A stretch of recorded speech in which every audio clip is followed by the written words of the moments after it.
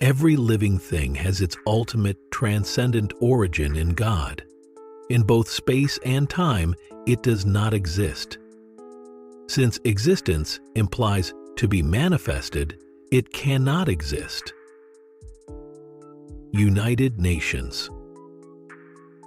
All life, including the life we may imagine, originates with God.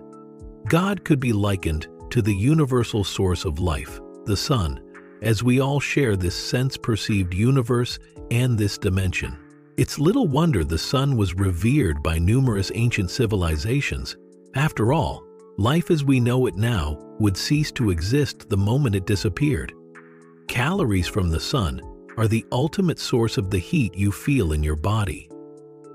You could say the sun has a lifespan, but in comparison to our own existence, it is eternal because it radiates light all the time. So it's like a comparison. The sun is a living being because of the life it constantly radiates. Like the sun, God is the ultimate source of everything. But unlike the sun, it does not reside in our familiar dimension. It seeps into this realm and, little by little, builds this realm, which is still evolving. Existence as we know it is an ongoing process of cosmos creation. Consciousness is the energy that flows out into the universe from the eternal source of life.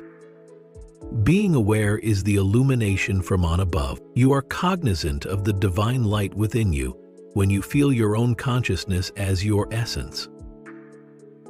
But I don't think it's a good idea to do what some Christian and Sufi mystics have done and declare, "I am God," after having a sudden realization of this and becoming so overcome by it. You don't have to say it, and others won't enjoy it, so I wouldn't suggest it. It's like a ray of sunshine. If it were to say, "I am the sun," it would be true and false at the same time. Although it remains inextricably bound to the sun, it is not the sun itself. Your perspective determines the outcome. However, the most amazing part is that when you understand your core identity, it extends well beyond that. Understanding this, the core of your being, is like understanding the cosmos itself. That is absolutely astounding. In the end, it's not you against the universe, it's oneness. The cosmos and you are interdependent. This believed cosmos is experiencing a realization via you whenever you have a realization. As you get more attuned to this dimension, the cosmos also begins to do the same. It's just astounding. That was the starting point, but it goes well beyond your identity. The miserable child served as the portal. Like a seed, the little miserable person's misery grew as it grew. And the seed began to sprout when it was sufficiently distressed. From this miserable seed, something else grew. So, let us be thankful that it was the misery that led us here, and that the irritating person you've had to put up with for a long time was the catalyst for our awakening to consciousness. Suffering planted the seed, and the cosmos is always developing into a more enlightened state. I hope this isn't bad news, but awakening doesn't occur in your comfort zone. Granted, that's a great place to be sometimes, but that's not where it evolves. Probably you already know that, because if you were completely at ease, you'd be kicking back with a beer and watching TV right this second. Another option would be to light up again, content as can be. Life, however, does not permit that. The next time it tests you, it will be easier, and it is through these tests that you will grow. Awakening progresses, even in this place, as it does in all places, through all life's trials. There is a difference, yet the difficulties still persist. The inevitable difficulties of life are turned into misery by the dormant consciousness just before awakening. The false assumption that difficulties are inevitable is deeply ingrained. Why are we having so much trouble? Why does everything that happens to me seem to be designed to make my life worse? Is God trying to ruin my life? Does something strange happen at work? Why does it seem like I'm the one every time? As soon as I fix one issue, another one appears. This keeps happening. Evolution occurs in this way. That is our life. The key difference now is that you can look adversity in the eye, accept the present situation for what it is, and assess the need or feasibility of taking action. You have fully embraced this present moment. It is a potent gateway to the transcendent state. Right now, I'm going with the flow of what's happening. To embrace it is, in my opinion, the wisest course of action.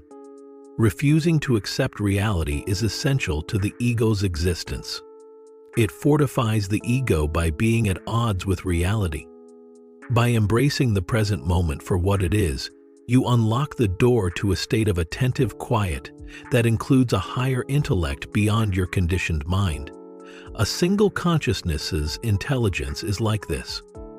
So you go straight into the ethereal. As I sometimes say, it's only a basic practice. Turn the present into an ally, not an adversary. As it is, that is an incredibly potent spiritual discipline. When you learn to embrace the here and now in all its manifestations, you will feel a profound inner expansion as soon as you do. Instantly you sense, at your core, the profound I, harmonizing with the inherent isness of all things. It's a profoundly effective spiritual discipline.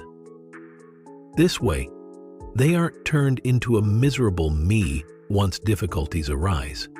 You look, and the challenge comes.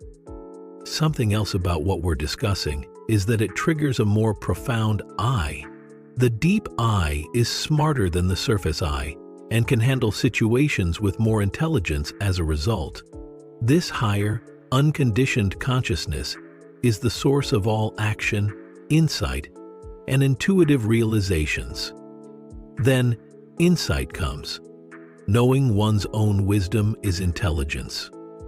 Our survival depends on more than just brain power. For instance, through scientific inquiry, we have systematically enhanced our intelligence. Science is merely a targeted application of conceptual intelligence. Furthermore, it will not rescue us. Without wisdom, science, a concentrated application of intelligence, will not be able to rescue us. Destruction awaits us. It will be effective with wisdom.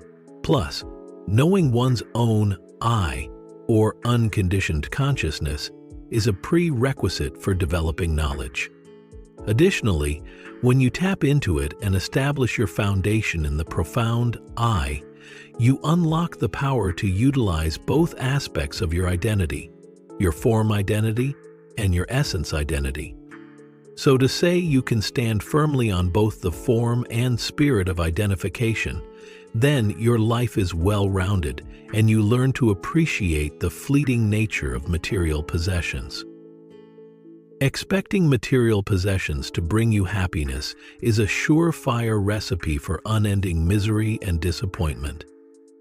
Nobody cares about your happiness more than you do. In order to awaken you, the world is around you. Being aware makes you happy. I wouldn't call it happy because that's too superficial, but there is a joyousness deep inside you. Whether or not anything is happening in the real world is irrelevant.